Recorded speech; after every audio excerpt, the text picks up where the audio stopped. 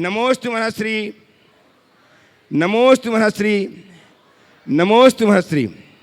सबसे पहले उपस्थित हो कनिष्का जैन। कनिष्का जैन उपस्थित हो और तैयार रहें अरिहंत गंगवाल। नमोस्तु नमोस्तु। मेरी माँ बोलती है तीजनानी था जो अध्याय करना चाहिए, पर मंदिर में देव दर्शन करना चाहिए। मुझे भी ये सब अच्छा लगता है, पर मैं माउंट आर्मर स्कूल में पढ़ती हूँ, वहाँ संस्कृत नहीं पढ़ाई जाती। मैं इंग्लिश मीडियम स्कूल में पढ़ती हूँ। हमारे धनबाद में कोई जैन पाठशाला भी नहीं है, ना कोई संस्कृत सिखाता है।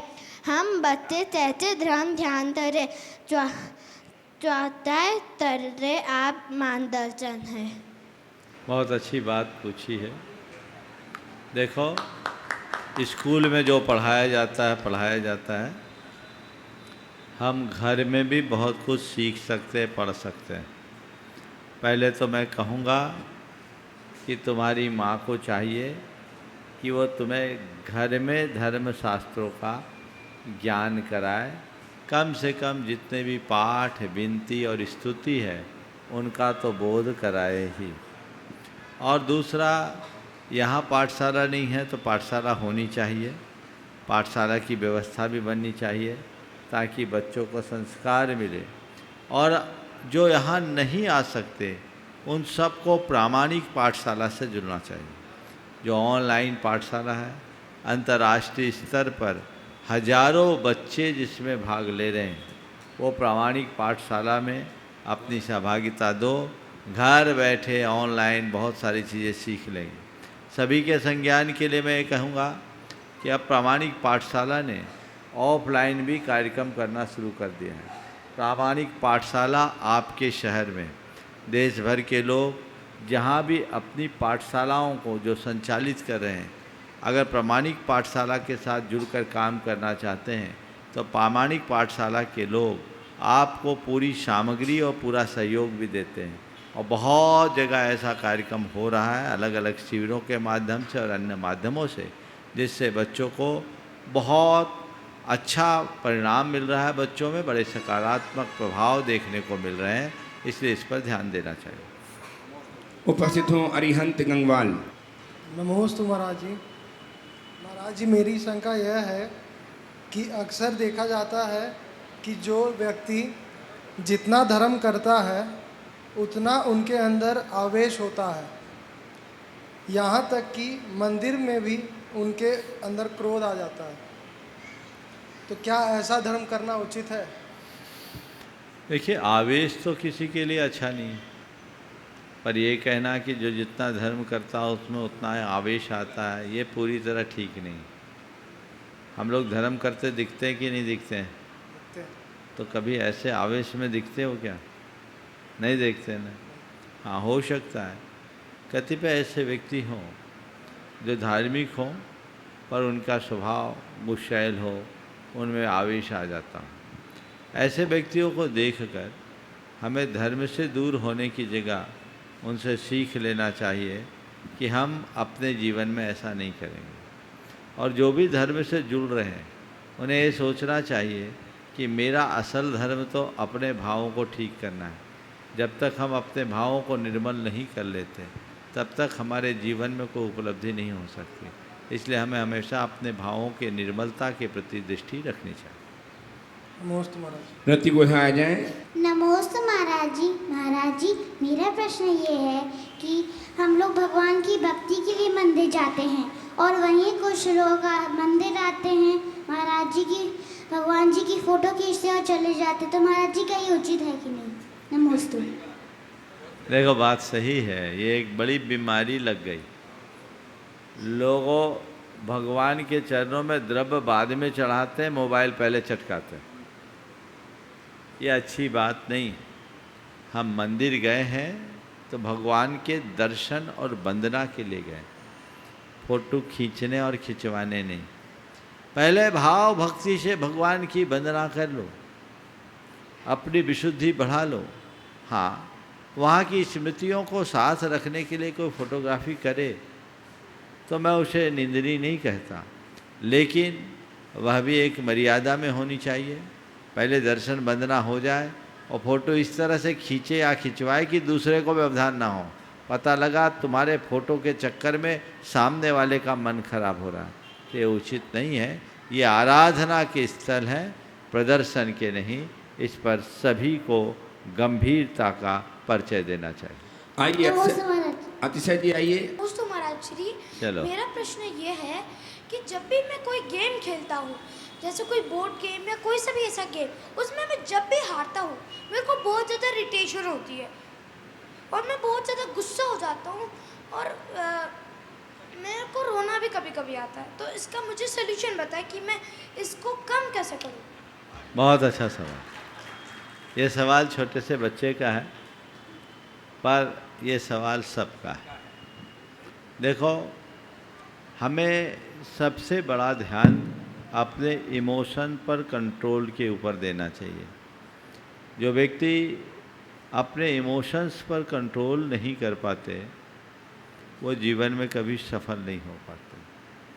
पहली बात, गेम को गेम की दृष्टि से देखो, और गेम में जीत हार तो लगी हुई है, ये तो पहले से तय है।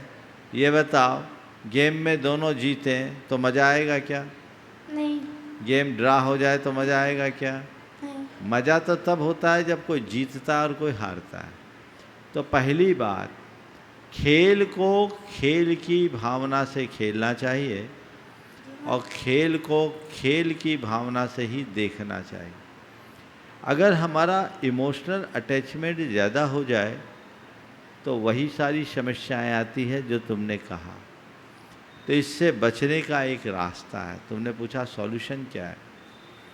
हमेशा एक वाक्य को दोहराओ, मुझे अपनी भावनाओं पर नियंत्रण रखना है। क्या? मुझे अपनी भावनाओं पे नियंत्रण रखना है। समझ गए?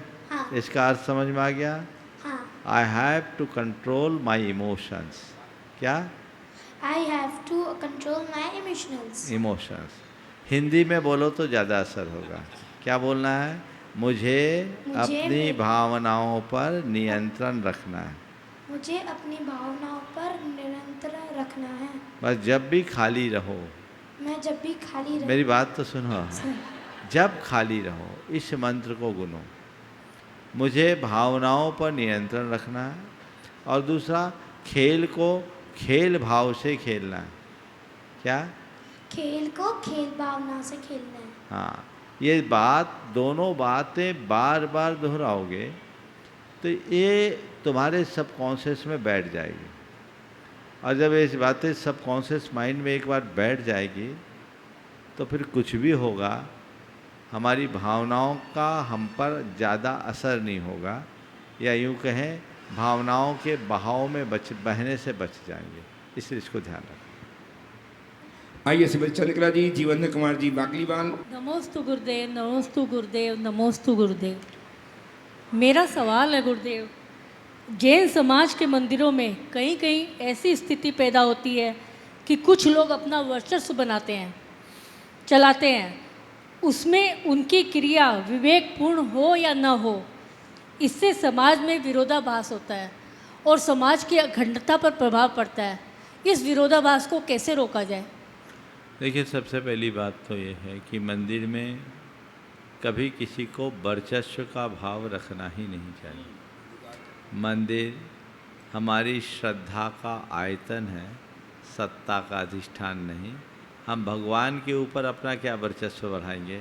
भगवान से बड़ा किसका वर्चस्व हो? तो त्रिलोकीनाथ है, उनके चरणों में हमें समर्पित होकर जाना चाहिए और यही विशुद्ध भाव मन में रखना चाहिए। हाँ, लेकिन यदि किसी किसी व्यक्ति की ऐसी प्रवृत्ति हो जाए तो हमें ऐसे व्यक्ति को पहली कोशिश करनी चाहिए समझाने की, और ऐसा लगता है कि इन्हें समझा पाना हमारे लिए संभव नहीं है तो उन्हें समझाने की जगह खुद को समझा लेना चाहिए और ये सोचना चाहिए इनका नेचर है, इनको अपने हिसाब से अपना काम कर लेने दो, हम अपने भाव खराब न करें। ज़्यादा है तो हम टाइम एडजस्ट करके मंदिर जाना नहीं तो शुरू करें। उनकी क्रिया विवेकपूर्ण हो या न हो, इसका फिर कैसे? अब इसको लेके झगड़ा करो, मैंने क्या कहा, सामने वाले को समझाओ, और अगर सामने वाले को समझाने की गुंजाइश न दिखे तो खुद को समझा लो। कोई मान जाओ, मंदिर में भक्ति करो, महाभारत नहीं। झगड़ा करोगे तो पुण्य की जगह पाप ही अर्जित होगा, इसका ध्यान रखें। रेणु जी गंगवार उपस्थित हों धनबाद से ही। नमोस्तु गुरुदेव, नमोस्तु महाराज। हमारे सारे सभी तीर्थंकरों के सारे कल्याणक हमारे देश में ही हुए हैं, ऐसा क्यों? क्या जैन धर्म इतना ही सीमित है? जैन धर्म इतना सीमित नहीं है। भारत के लोग इतने भाग्यशाली कि इस धरती ने महापुरुषों को जन्म दिया। उजाला पूरे दशों दिशाओं में होता, पर सूरज तो पूरब में ही उगता है। हम सूरज उगाने वाले देश में जन्मे हैं, ऐसा समझना। विशाल जी शिल्पा जी गंगवार उपस्थित हों धैया धनबाद से। महाराज जी के चरणों में त्रेबार नमस्तु। महाराज जी, जब हम विद्यार्थी थे तो हमें सिखाया जाता था काक चेष्टा बको ध्यानम स्वांग निंद्रा अल्पहारी गृह त्यागी, परंतु आजकल के विद्यार्थियों में ये कोई भी गुण बहुत विरल मिलते हैं। तो ऐसे रूप में जब शिक्षा प्राप्त की जाती है तो वो कितनी सार्थक है, कृपया मेरा मार्गदर्शन करें। देखिए, बहुत बड़ा अंतर आ गया है पुराने ज़माने में और आज के ज़माने की अवधारणा में। पहले विद्या अध्ययन केवल अध्ययन नहीं होता था, वो अध्ययन काल जीवन के निर्माण का काल था। उस समय हमारे विद्यार्जन का मूल मंत्र था सा विद्या या विमुक्ति। वही विद्या है जो हमें दोषों, दुर्गुणों और दुर्बलताओं से मुक्त करे। आज अवधारणा बदल गई। अब सोच ऐसी हो गई, सा विद्या यदार्थोपलब्ध है, जो अर्थ की उपलब्धि का कारण बने। अब लर्निंग और अर्निंग की बात ज़्यादा आ गई। जब से पश्चिमी जीवन मूल्य हम पर हावी होने लगे, हमारी सोच की दशा बदल गई और परिणाम भी हम सबके सामने हैं। इसका सबसे भयानक परिणाम ये है कि लोग पढ़ लिख जाते हैं, ग्रेजुएट और पोस्ट ग्रेजुएट की डिग्री भी ले लेते हैं, लेकिन अंदर से कमज़ोर होते हैं। वे जीवन के उतार चढ़ाव में स्थिरता नहीं रख पाते हैं। थोड़े से परेशानी आने पर अंदर से टूट जाते हैं, छोटे से आघात को भी सहने में असमर्थ होते हैं।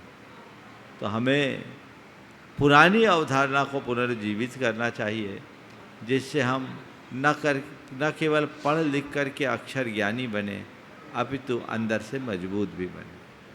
नमोस्तु महाराज श्री नमोस्तु। उपस्थित हो श्रीमान प्रमोद जी राखी जी छावड़ा धनबाद से।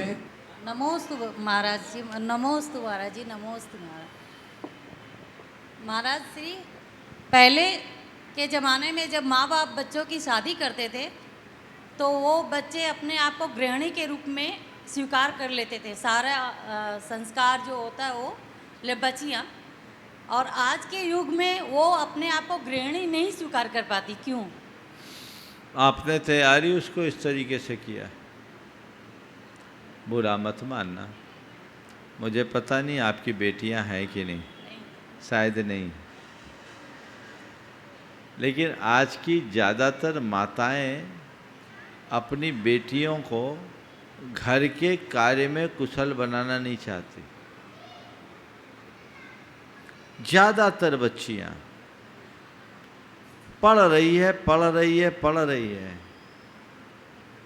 कुछ बोलो तुम्हारी बेटी तो पढ़ है, वो पढ़ी रह जाती।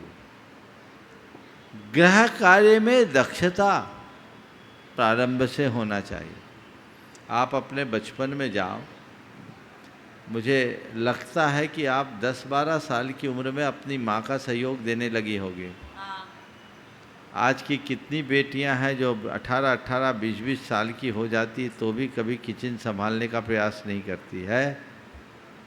परिवर्तन कितना बड़ा है। और अब परिवार में वातावरण भी पूरी तरह से बदल गया है। जब केवल बौद्धिक विकास ही प्रमुख बन जाता है तो सारी चीज़ें गड़बड़ हो जाती हैं। फिर उसी तरीके से सोच बदल गई। पहले लोग विवाह करते थे तो अर्धांगिनी को लाते थे, अब विवाह करते हैं, लाइफ पार्टनर को लाते हैं। तो विवाह में जब अवधारणा में इतना बड़ा अंतर होगा तो एडजस्ट कैसे होगा। और आज की लड़कियां पढ़ लिख जाती है, वो भी कमाई करने वाली होती है, पेशेवर होती है, तो वो भी क्यों झुके। तो मानसिकता बदल जाने के परिणाम स्वरूप आगे निर्वाह भी बहुत कठिन होता है। और अब ये स्वर आने लगता है, हम क्यों सहें, ये सब हम ही क्यों करें। तो अंदर का ईगो बहुत तेज़ी से क्लैश करता है, जो दाम्पत्य जीवन की मधुरता को भी खंडित करता है। अगर गहराई से देखें तो आज के जितने भी नव दंपतियां हैं, उनके जीवन में बहुत कठिनाई से एडजस्टमेंट होता है। दाम्पत्य है पर दाम्पत्य की मधुरता दिनों दिन कम होते दिख रही है। बहुतायत लोग विवाह कर नहीं रहे हैं, शादी को ढो रहे हैं, उसका आनंद नहीं ले पाते। और बहुतों में ये भी देखने को मिलता है कि विवाह होता है और डाइवोर्स की बात शुरू हो जाती है। तो इस जड़ को ख़त्म करना चाहिए। हमारी जो परंपरागत अवधारणा है उससे लोगों को जोड़ना चाहिए और ये समझना चाहिए कि घर परिवार को चलाना कितनी बड़ी जिम्मेदारी है और उस जिम्मेदारी को पूर्ण करने में सबकी कितनी बड़ी बड़ी भागीदारी। आइए श्रीमान दिवेश जी काना। प्रमोद भी बोलेगा। अच्छा बोलिए। दोनों गुरुवारों को नमोस्तु। यह सवाल मेरे बैचमेट का है जो ऑफिस में मेरे साथ था और आज वो नहीं है इस दुनिया में। उसकी जिज्ञासा मेरे से थी। सनातन धर्म में श्रीमद् भागवत में के 5वें स्कंद में ऋषभ देव का वर्णन है और उनके पुत्र भरत चक्रवर्ती का भी वर्णन है उनकी। और हमारे यहाँ हम लोग उनको प्रथम तीर्थंकर के रूप में मानते हैं, तो ये उसको मालूम था।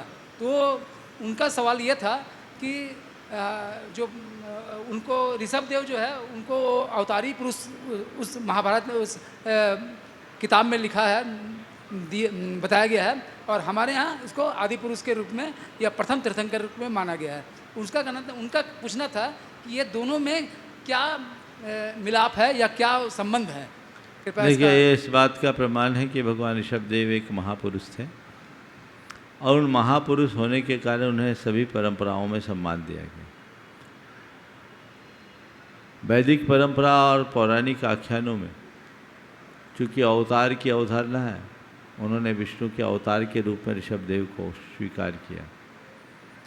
और जैन परंपरा उत्तारवाद को मानती है, जो नर से निरंजन बनने का मार्ग बताती है, आत्मा से परमात्मा को बनाने का रास्ता खोलती है। तो वहाँ उन्हें तीर्थंकर के रूप में स्वीकार किया गया। हालांकि भगवान ऋषभ देव के अस्तित्व के बारे में हम विचार करें तो वैदिक और पौराणिक काल से पहले भी भगवान ऋषभ देव का अस्तित्व था। हड़प्पा और मोहनजोदड़ो के उत्खनन से प्राप्त अवशेष भगवान ऋषभ देव के अस्तित्व का द्योतन करते हैं। जहाँ भगवान ऋषभ देव की कायोत्सर्ग मुद्रा मिली है, तो इन सब बातों को देख करके उन्हें यही समझना चाहिए कि ऋषभ देव आप अवतार कहते हैं, हम उन्हें तीर्थंकर कहते हैं। भागवत में उन्हें आर्हत मत का प्रचारक कहा गया है। तो आर्हत मत क्या है? ये किसी न किसी रूप में जिनमत है। तो हमें चाहिए कि हम भगवान ऋषभ देव के संदेशों को समझें और उसके अनुरूप अपना जीवन जीने का प्रयास करें। उपस्थित हों श्रीमान देवेश जी काना रांची से तैयार रहेंगे। महाराज श्री भावना योग सिर्फ सुबह में ही उठ के करना चाहिए कि कभी भी दिन में कभी भी, और भावना योग करने का क्या लाभ है? देखिए, भावना योग कभी भी किया जा सकता है, पर सुबह करे तो सबसे उत्तम। आपने पूछा भावना योग का क्या लाभ है? तन को स्वस्थ, मन को मस्त और चेतना को प्रशस्त करने का अभिनव प्रयोग है भावना योग। भावना योग के लाभ अगर आप देखना चाहते हैं तो बहुत लोगों ने अपने अपने अनुभव शेयर किए। मेरे ख्याल से प्रमाणिक ऐप में उनमें से बहुत सारे अनुभव होंगे। आप उनके अनुभवों को देखिए, सुनिए, समझिए और ये सब करने की जगह कुछ दिन खुद करके देखिए तो बहुत बड़ा बदलाव आएगा। कई विद्यार्थी हैं जो अपना जिन्होंने यूपीएससी निकाला वो कहते हैं भावना योग के बल पर आगे बढ़ें। कई विद्यार्थी जिन्होंने आईआईटी में अपना उत्तीर्णता पाई वे भी कहते हैं कि भावना योग इसमें हमारे लिए बहुत मददगार बनी। बहुतों को बीमारी में, बहुतों को अन्य प्रकार की विपत्तियों में, बहुतों को व्यापार कारोबार में, और बहुत ऐसे लोग जो अपने डिप्रेशन जैसी समस्या से मुक्त हुए हैं उनमें भावना योग बहुत कारगर हुआ है। तो इस भावना योग को हमें नियमित अभ्यास के रूप में लेना चाहिए।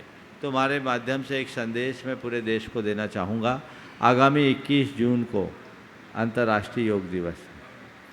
अंतर्राष्ट्रीय योग दिवस के दिन यहाँ पर भावना योग का कार्यक्रम होगा। कोशिश करूँगा 2 या 3 दिन का कार्यक्रम हो जिसका पूरे देश में सीधा प्रसारण होगा।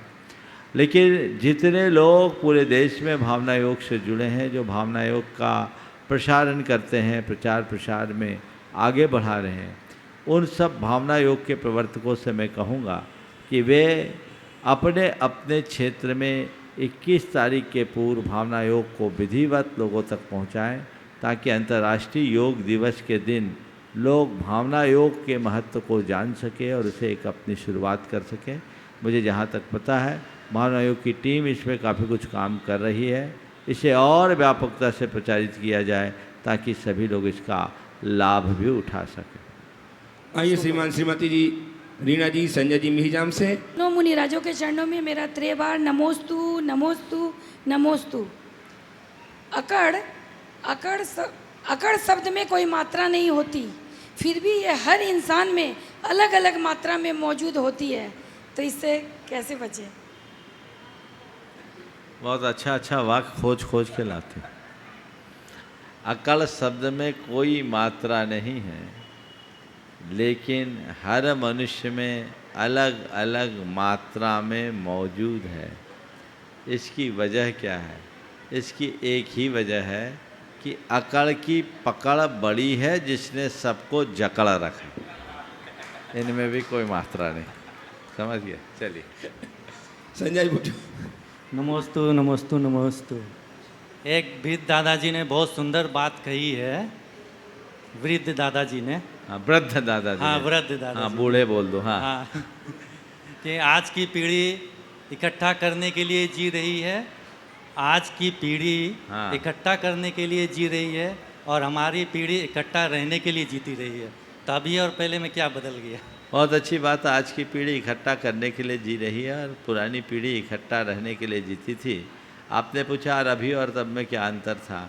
आज के लोग इकट्ठा कर रहे हैं और छोड़ के जा रहे हैं, और पहले के लोग इकट्ठा रहते थे, यादें छोड़ के जाते थे। पहले केवल प्रेम था, आज पैसा है। पैसे की एक सीमा से अधिक महत्ता नहीं है, जिसे हमें ध्यान में रखकर चलना चाहिए और तदनुरूप अपने जीवन को ढालने का प्रयास करना चाहिए। नमस्ते। आइए श्रीमती सरिता जी धनबाद से ही। द्वय मुनिराजों के चरणों में मेरा और मेरे दोनों परिवारों के तरफ से त्रयवार नमोस्तु महाराज जी। महाराज जी, आवश्यका परिहारिणी का अर्थ विस्तार से जानना चाहिए। आवश्यक अपरिहानी, आवश्यका परिहानी का अर्थ है आवश्यक अपरिहानी। जो हमारे धार्मिक आवश्यक कर्म है उसमें किसी प्रकार की कमी ना होने देना आवश्यक अपरिहानी भावना। तो अपने सारे कर्तव्यों को दृढ़ता से स्थिरता पूर्वक पालना चाहिए। नमोस्तु महाराज। श्रीमती नीलम जी जैन उपस्थित हो और स्वयं मुनि श्री के चरणों में मेरा त्रयवार नमोस्तु। मुनि श्री, मेरी शंका है कि जब बच्चे छोटे रहते हैं तो हम उन्हें अपने साथ मंदिर ले जाते हैं, नमोकार मंत्र सिखाते हैं, दर्शन करना सिखाते हैं, लेकिन वही बच्चे जब बड़े होकर अपने धर्म से विमुख हो जाते हैं तो ये हमारे किस कर्मों का फल है?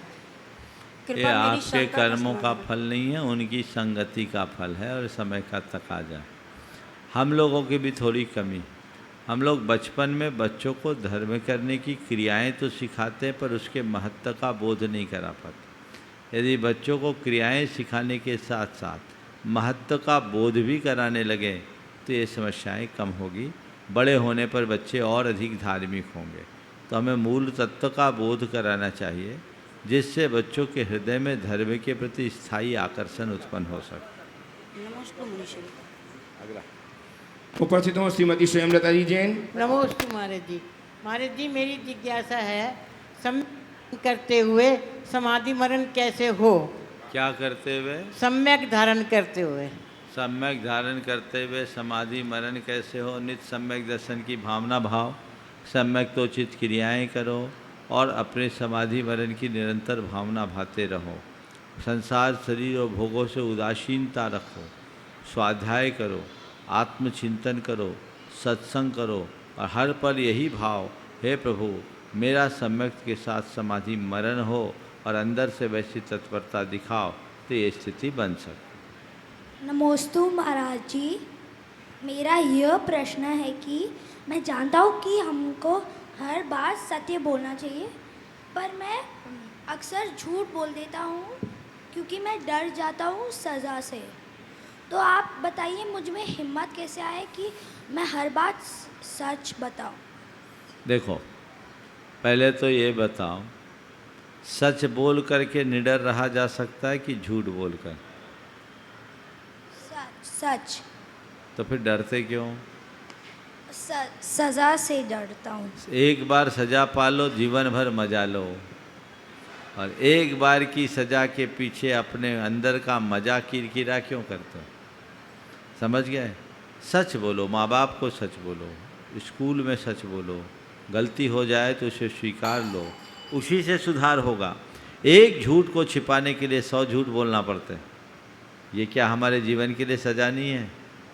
सज़ा है। इसलिए अगर कोई सज़ा देता है स्वीकार लो और ये सोचो ये सज़ा नहीं, मेरे जीवन को मजबूत बनाने का आधार है, इससे हम और अधिक स्ट्रॉन्ग बने, अपने आप को मजबूत बनाएंगे तो हम अपने जीवन को और अच्छा बना सकेंगे। समझ गए?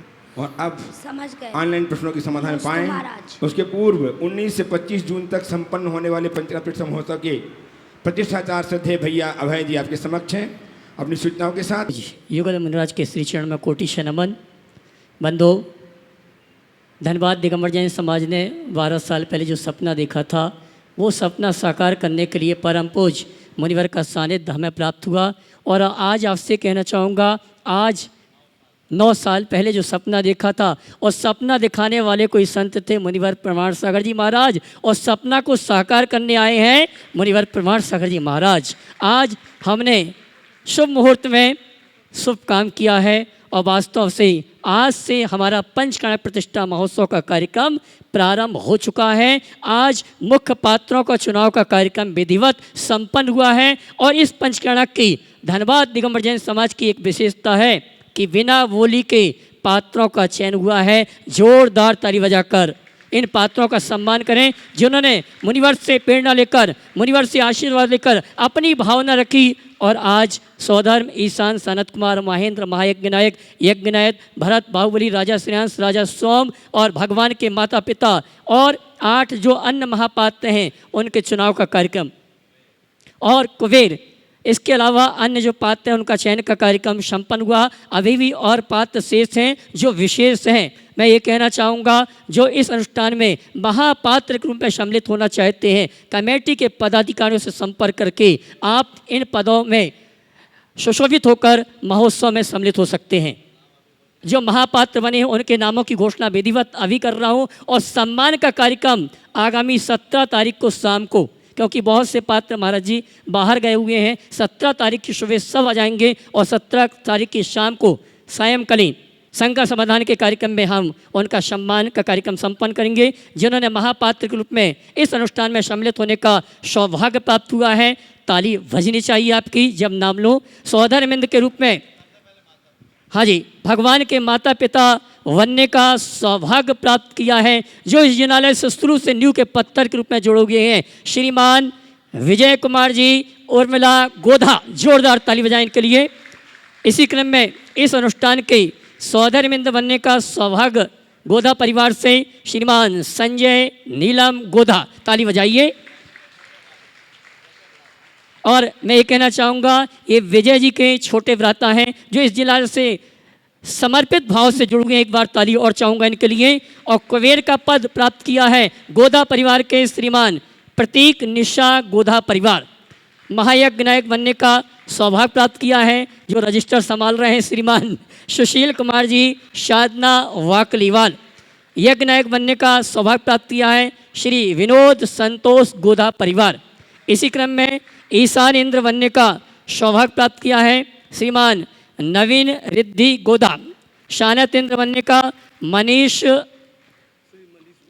मनीष उषा झांझरी। महेंद्र इंद्र बनने का सौभाग्य प्राप्त किया है श्रीमान प्रमोद राखी छावड़ा परिवार।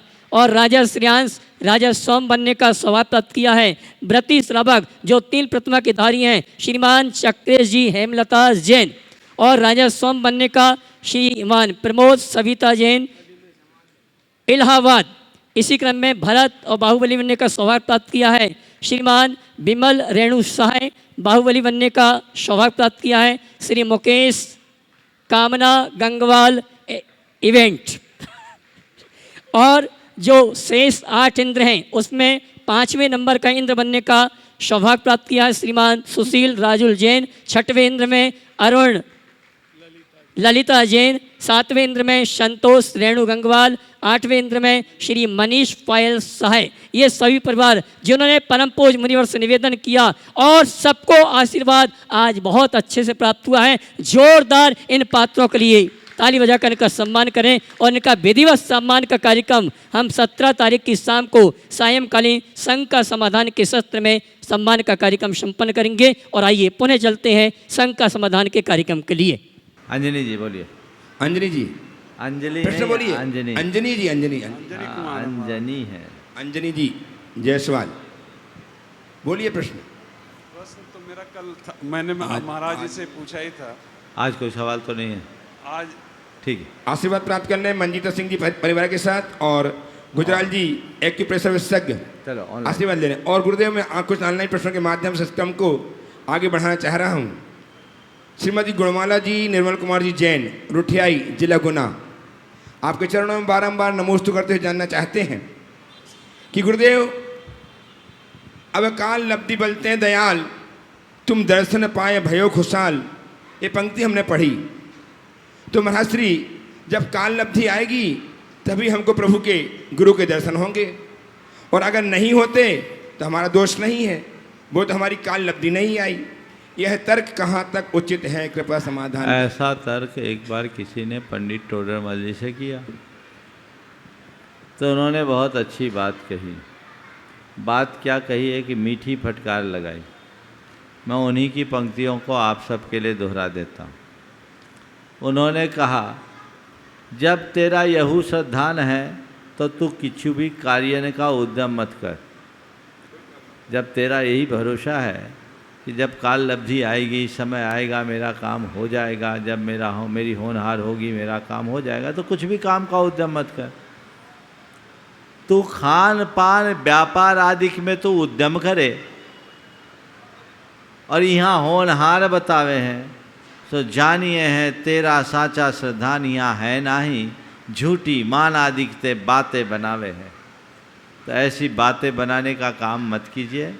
अगर तुम्हें सच्चे अर्थों में सब कुछ काल लब्धि और तुम्हारी होनहार पे ही घटित होता दिखाई पड़ता है तो बस सबको उसी पर छोड़ दो, तब समझ में आएगा, जो किसी भी अर्थ में व्यवहारिक नहीं। गुरुदेव आपके अनन्य भक्त श्रीमान श्रेयांश कुमार जी जैन संस्थापक सदस्य गुणायतन कानपुर आपके चरणों में बारंबार नमस्कार करते हुए जानना चाहते हैं कि गुरुदेव तेजो लेखसा से युक्त जो श्रावक जघन्य आराधना करते हैं वे स्वधर्मादि स्वर्गों में देव होते हैं, नीचे के देव नहीं होते, अर्थात भवनतक में जन्म नहीं लेते। उपरोक्त पैरा भगवती आराधना ग्रंथ के स्वाध्याय करने में आया।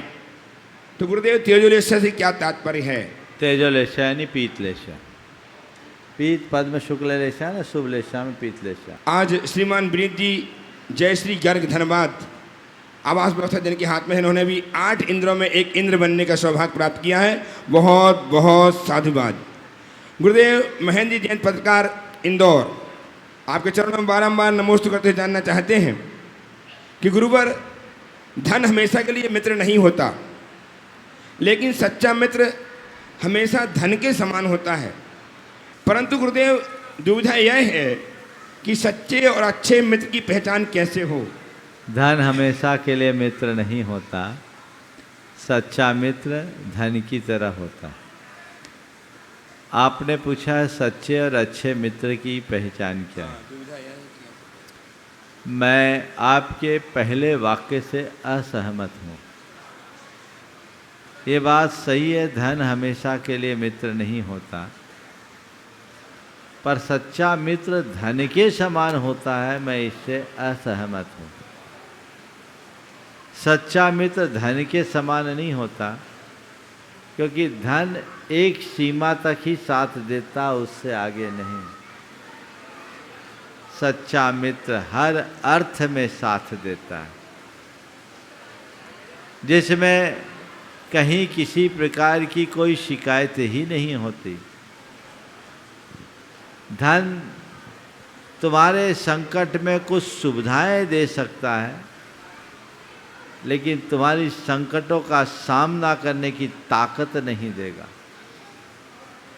संकट से उबारने का रास्ता नहीं दे सकता। ये सब अगर कोई दे सकता है तो वह केवल धर्म दे सकता है। इसलिए सच्चा मित्र यदि कोई है तो धन नहीं, धर्म है, ऐसा समझना चाहिए, जो इस भाव में भी साथ देता है और भवांतर में भी साथ देता है। आपने पूछा है लोक में एक सच्चे और अच्छे मित्र की पहचान हम कैसे करें। अगर लौकिक दृष्टि से सच्चे और अच्छे मित्र की पहचान की बात आप मुझसे करते हो, तो मैं आपसे कहूँगा कि जो आपको विपत्ति में साथ दे, जो बुराइयों से बचाए, जो हित में लगाए और अहित से दूर करे, वही एक सच्चा मित्र कहला सकता है। सच्चा मित्र वह नहीं जो सुख में आपके साथ हो। सच्चा मित्र वो नहीं जो बुराइयों में आपको उलझाए। सच्चा और अच्छा मित्र वही है जो सदैव जीवन में सकारात्मक दिशा लेकर आगे बढ़े और बढ़ाने की कोशिश करे। गुरुदेव ललितपुर उत्तर प्रदेश से Vijay Kumar Jain, retired manager Central Bank of India, आपके चरणों में बारंबार नमोस्तु करते हुए जानना चाहते हैं कि गुरुदेव कहते हैं अंत भला सो सब भला। अगर ये सही है तो जीवन के अंतिम चरण में धार्मिक अनुष्ठान, दान, पूजा, तप आदि करके अंत सुधारा जा सकता है। फिर जीवन भर धर्म आदि क्यों करें? भैया ये तो हमने देखा है, जीवन भर राम राम कहने वाले के मुख से भी मरा मरा निकल जाए। कोई बिरला ही होता है जो मरा मरा रटे, उसके मुख से राम राम निकले। और हमें क्या पता हमारे जीवन का अंत कब होगा। यदि हमारी एक्सपायरी डेट फिक्स हो तो हम आपसे आपकी बात से सहमत हो सकते हैं कि भैया अभी कुछ करने की ज़रूरत नहीं, अंत भला सो सब भला। संत कहते हैं कोई भी क्षण तुम्हारे जीवन का अंतिम क्षण हो सकता है, इसलिए हर क्षण के प्रति जागरूक हो और हर क्षण को अंतिम क्षण मान करके उसे सुधारने की कोशिश करो ताकि जीवन अच्छा बन सके। गुरुदेव नरियावली मध्य प्रदेश से सारांश जैन कोटि से नमोस्तु अर्पित कर जानना चाहते हैं कि गुरुदेव मेरा प्रश्न यह है कि जिन लोगों का रोज़ रोज़ मंदिर जाने का मन नहीं होता, तो क्या यह उनके पाप कर्मों का कारण है? देखिए, मंदिर न जाने के मन होने के पीछे पाप कर्म ही कारण नहीं। यह उनकी रुचि की कमी, श्रद्धा की दुर्बलता या मन का आलस भाव और संकोच, इसकी वजह से भी हो सकता है। यदि ऐसे व्यक्ति की रुचि जगा दी जाए तो उनका पाप कर्म पुण्य कर्म में परिवर्तित हो सकता है। उनका संकोच दूर हो जाए, आलस दूर भाग जाए, तो वो अपने जीवन में वह सब कुछ घटित कर सकते हैं। तो जिनका मन नहीं करता उन्हें पापी, अधर्म, नीच न समझे। आप उनकी रुचि को बढ़ाने का प्रयास करें, ऐसी प्रेरणा दें कि वो बिना मंदिर के रह ही ना पाए। ऐसे बहुत सारे लोग हैं जो कभी मंदिर जाना नहीं चाहते थे और आज ऐसे हैं कि मंदिर के बिना रह नहीं पाते। आवश्यकता केवल और केवल रुचि जगाने की। गुरुदेव नितिन जैन, बिनौली, बागपत, उत्तर प्रदेश से आपके चरणों में बारंबार नमोस्तु करते हुए जानना चाहते हैं कि महाश्री, जब हम सोचते हैं कि ये व्यक्ति बीमार हो जाए तो हमें बहुत पाप का बंध होता है, लेकिन महाश्री अधिकांश डॉक्टर तो यही सोचते हैं कि ज़्यादा से ज़्यादा लोग बीमार हों तो मरीज मेरे पास आए। तो महाश्री मेरी शंका यह है कि ऐसी सोच रखने वाले डॉक्टरों को कितना पाप लगता है। एक डॉक्टर ने एक अस्पताल खोला, मेरे पास आशीर्वाद लेने आया, बोला महाराज ऐसा आशीर्वाद दो कि हमारे अस्पताल अच्छी चले। मैंने कहा मैं आशीर्वाद देता हूँ कि तेरे अस्पताल में कोई मरीज ही ना है। बोले महाराज ये तो गड़बड़ हो गया। बोले भैया तू खुशहाल रहे, तेरे जीवन में धन धान्य की समृद्धि हो, ये आशीर्वाद तो मैं तुझे देने को राजी हूँ और दे भी रहा हूँ, पर तेरा अस्पताल भरा रहे ऐसा आशीर्वाद मुझसे मत मांगो, क्योंकि ऐसा आशीर्वाद मैं दूंगा तो मैं लपेटे में आ जाऊंगा। तेरा आशीर्वाद अस्पताल तभी भरेगा जब लोग बीमार पड़ेंगे। तो ये तो एक प्रकार की अमंगल भावना है, अशुभ भावना है, इसलिए ऐसा कभी नहीं करना चाहिए। हाँ, ये सकारात्मक भाव रखा जा सकता है, रखा जाना चाहिए। कोई चिकित्सक है कि दुनिया का कोई भी बीमार हो अगर मेरे यहाँ आए तो स्वस्थ होकर जाए, मैं उसकी उत्तम से उत्तम चिकित्सा कर सकूं। एक भी बीमार व्यक्ति इलाज के अभाव में इस दुनिया से न जाए। हे प्रभु मुझे ऐसी सामर्थ्य दे दो कि मैं गंभीर रूप से बीमार व्यक्ति को भी स्वस्थ करके भेज सकूं। ये सकारात्मक भाव। ऐसे भाव मन में मत लाओ, अन्यथा पाप का आश्रय तो होता ही है। गुरुदेव, मेरे बेटे श्रेयस और विशेष ने अपने जन्मदिन पर आपसे आशीर्वाद चाहते हुए ये जानना चाहा है कि अर्थ का खर्चा घर की व्यवस्था बिगाड़ देता है, अर्थ की चर्चा मन की अवस्था बिगाड़ देता है, और बिना अर्थ के न धर्म सत्ता है न पद प्रतिष्ठा मिलती है। तो गुरुदेव अर्थ को निगलेक्ट कैसे करें? अर्थ का खर्चा घर की व्यवस्था और अर्थ की चर्चा मन की अवस्था दोनों को बिगाड़ता है। पर आपने पूछा अर्थ के बिना में कुछ चलता भी नहीं, न घर गृहस्थी चलती, न धर्म चलता है, न पद प्रतिष्ठा मिलती है। तो हम क्या करें? मैं आप सबसे कहता हूँ अर्थ का खर्चा भी करो और अर्थ की चर्चा भी करो। क्या बोल रहा हूँ ध्यान से सुनो। अर्थ का खर्चा भी करो और अर्थ की चर्चा भी करो, बस अर्थ की अर्चा से बचो। खर्चे में दिक्कत नहीं, चर्चे में दिक्कत नहीं, अर्चा में दिक्कत है। आज लोग अर्थ की अर्चा करने में लीन हो गए, पैसा ही परमेश्वर हो गया। व्यक्ति को अपने जीवन में एक बात गांठ बांध कर रखना चाहिए कि जीवन के लिए पैसा है, पैसे के लिए जीवन नहीं। हमारा जीवन पैसों से ऊपर है। जरूरत के अनुरूप खर्चा करो और आवश्यकता के अनुरूप चर्चा करो। अर्थ का खर्च उतना ही करो जिससे घर की व्यवस्था न बिगड़े, और अर्थ की चर्चा उतनी ही करो जिससे मन की अवस्था न बिगड़े। हमें अर्थशास्त्र का प्रयोग करना चाहिए। आमद कम और खर्चा ज़्यादा लक्षण है मिट जाने का, और कुवत कम और खर्चा ज़्यादा चर्चा है। कुवत कम और गुस्सा ज़्यादा लक्षण है पिट जाने का। तो कुवत के हिसाब से गुस्सा, तो आमद के हिसाब से खर्चा। तुम्हें अपनी आमदनी को देखकर खर्चा करना चाहिए, और अर्थ की चर्चा भी उतनी ही और वहीं करनी चाहिए जहां उसकी आवश्यकता और अपेक्षा है। उससे अधिक करने से कोई लाभ नहीं है।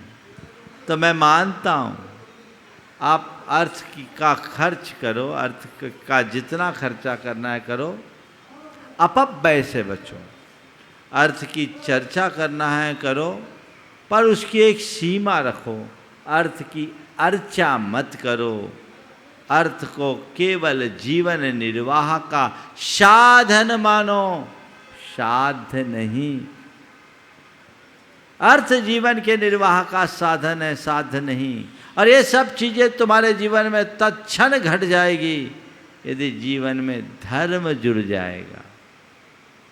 धर्म से जुड़कर जो अर्थ का अर्जन करते हैं उनका अर्थ परमार्थ का कारण बनता है, और जो धर्म से विमुख हो जाते हैं उनका अर्थ अनर्थ का हेतु हो जाता है। अर्थ से अनर्थ भी है तो उसी अर्थ से परमार्थ है। अर्थ को परमार्थोन्मुखी बनाइए, धर्म से जुड़िए। अर्थ भरत चक्रवर्ती के पास आया, उसने भगवान का मंदिर बनाया, सोना पाया, सोने का मंदिर बनाया। आज भरत के नाम से देश का नाम भारत हो गया। और अर्थ रावण के पास आया, उसने सोने की लंका बनाई, ईंट से ईंट बच गई। आज रावण का नाम लेना भी कोई पसंद नहीं करता। तो बस जो भरत की तरह अर्थ को जीवन का निर्वाह का साधन मानते हैं, उनका अर्थ परमार्थ का कारण बन जाता है, और जो रावण की तरह होते हैं उनका अर्थ अनर्थ का हेतु बन जाता है। ये दोनों बातों को ध्यान में रखिए। इसलिए वाक्य दोहराता हूँ, अर्थ का खर्चा हो, अर्थ की चर्चा हो, पर अर्थ की अर्चा कतई न हो। गुरुदेव प्राचार्य एनसी जैन शमशाबाद ट्रस्टी गुणायतन, आपके चरणों में बारंबार नमोस्तुति करते जानना चाहते हैं कि गुरुदेव बुढ़ापे में बचपन की बातें बार बार क्यों याद आती हैं? बुढ़ापे में बचपन की बातें बार बार इसलिए याद आती कि बुढ़ापे में बचपना फिर से लौट आता है। देखो, वृद्धावस्था बचपन का पुनरावर्तन है,